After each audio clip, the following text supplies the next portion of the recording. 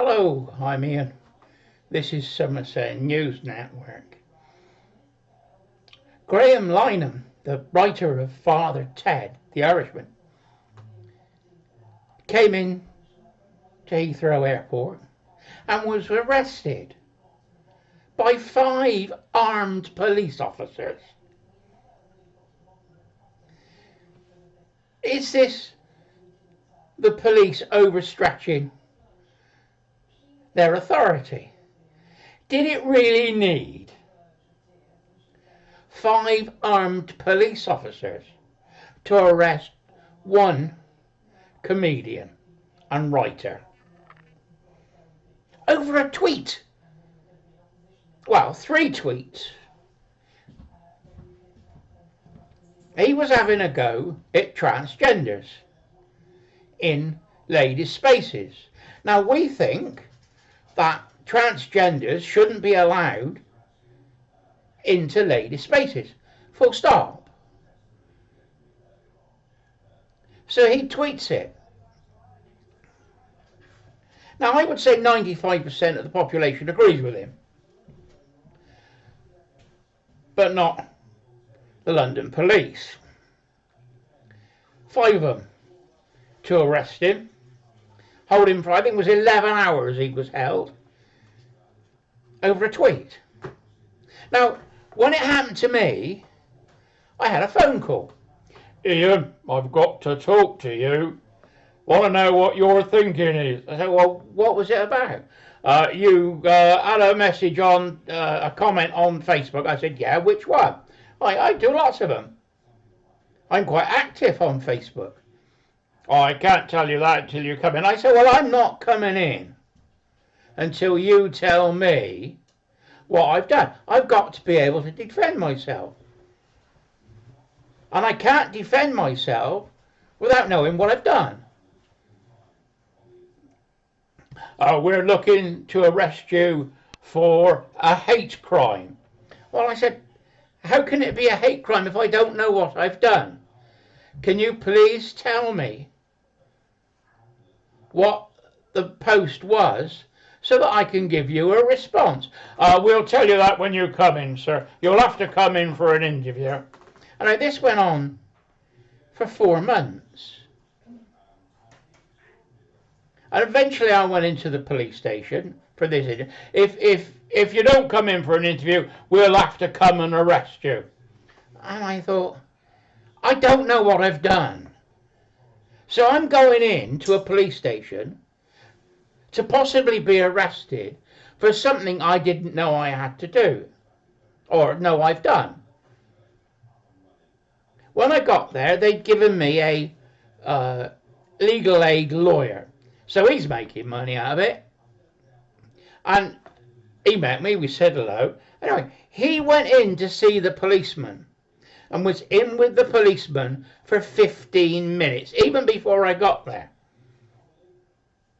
He came out and said, all you've got to do is say you didn't mean to offend anybody, and that's it. And I still didn't know what I'd done wrong. They would not tell me. Anyway, I went in and I sat down at the table with my lawyer, and I said I didn't mean to cause any offence. And they showed me the Facebook post. It was a one-liner. And I was referring to the flagpole. Look, I'll get that right in a minute. I was referring to the pride flag. And I said that the pride flag has the same colours on it as the paedophile flag. Now, I thought PI, the paedophile information exchange in the 80s, and I was lobbying government to maintain the age limit for sex at 16. PI wanted to lower it to 14. They actually wanted to lower it lower, but they came out with 14. And I was lobbying my MP and other MPs.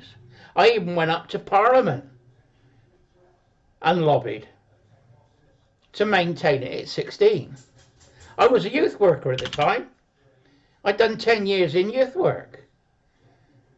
and I was on the youth club management committee, and I was a parish councillor at the same time. So I was lobbying for that, and the paedophile flag was pink, white and light blue. And what have you got on the V of the pride flag? Pink, white and light blue. They call the light blue, well, let's say white for trans, pink for a girl, and light blue, which they call baby blue, for boys. Now I can see the link, but that was offensive. That was now a hate crime. For pointing out a fact is now a hate crime.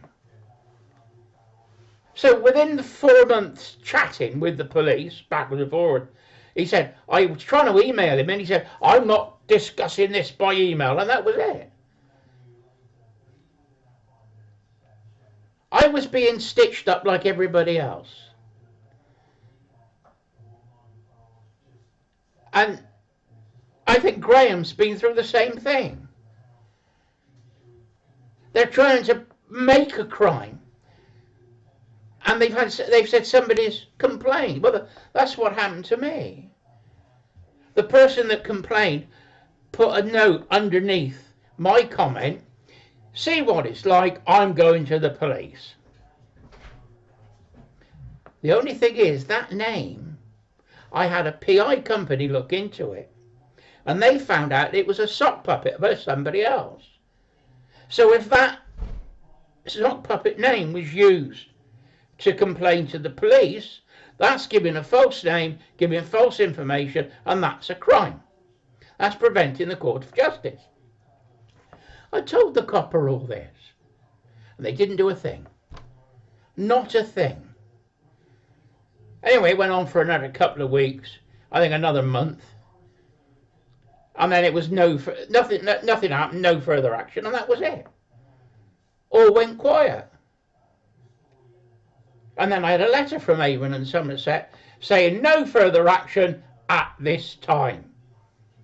Now that's a threat. I didn't do anything wrong. I spoke the truth and told a fact. And all these other people are having problems now.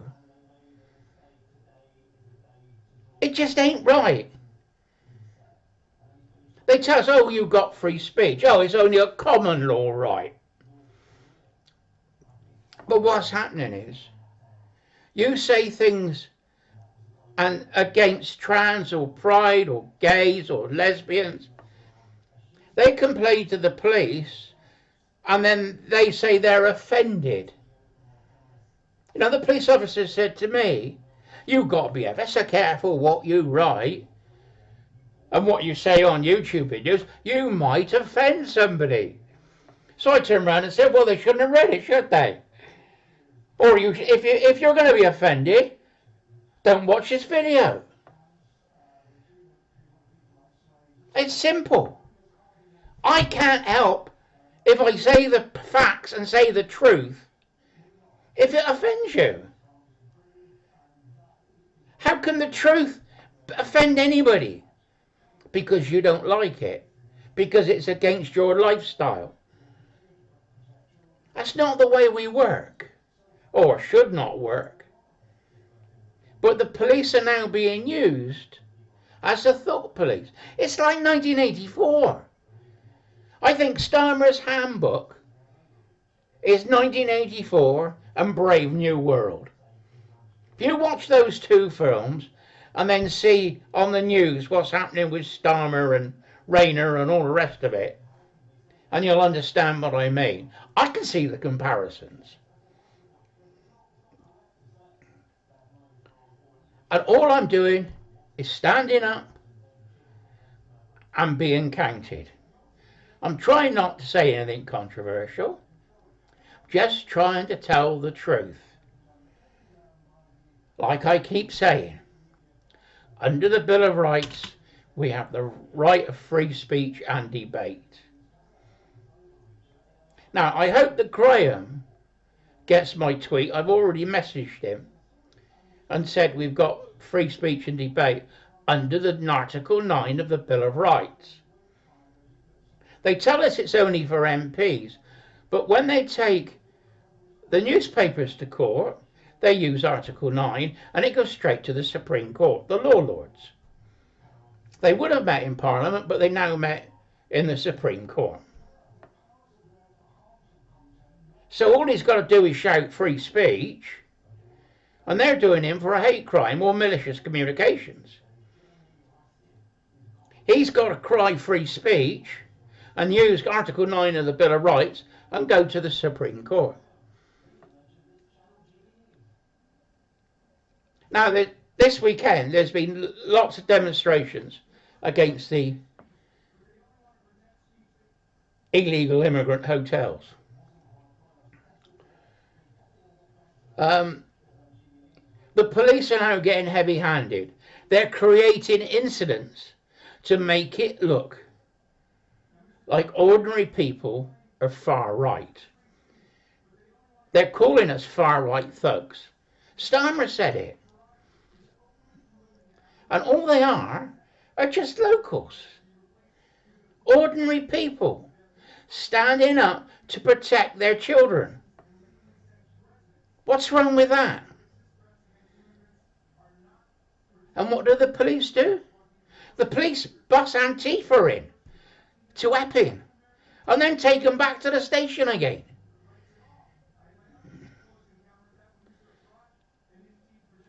What's going on? Is this government organised to make ordinary people look back so they can call them far right, even though they're Antifa, which is far left? You know, they went to the shopping centre on Sunday, and a couple got arrested in London, and there was 3 or 4 masked men. Do the people around know who these masked men are? They look like they were controlling it. Are these masked men undercover coppers, MI5? Are they working for the government? Are they Antifa? I asked the question. I don't know the answer. But I suspect if it's like January the 6th in Washington, when the FBI agents were used to push the people in to the government buildings, then I think the same thing might be happening here. Can't prove it, but if you're on one of these demonstrations and you get masked people in your ranks, tell them to take their masks off, find out who they are so you know who they are, and ask them what they're doing there. Because they sure look like police officers to me. The way they handle themselves, their body language. They were actually standing in between the protesters and the police, and it looked like they were controlling the police. Now, I might be wrong there, but like I said, I worked in a youth club for 10 years, and I'm used to watching interaction of people. You know, we used to have a disco with 300 kids, 300 teenagers, 13 to 18. And you watch for trouble all the time. And I'm used to watching people. And I would say that those men in masks that were with the protesters were organising what was happening and knew the police. And did the police know that they were controlling them? I don't know. I don't know the answer to that. But that's what it looked like to me. So keep flying the flag. I got mine. Even got the t-shirt. Keep flying the flag. Keep the pressure up. And make it peaceful. The police aren't our enemy. They're being used by this government. As what was it say? They know not what they do, was one of the sayings they used to say. The police on the street are only doing what their inspectors are telling them to do, what they're being trained to do. In Nuremberg, remind the police officers that in Nuremberg they couldn't use a defence. I was only following orders. Anyway, Ian, Somerset News Network, bye bye for now.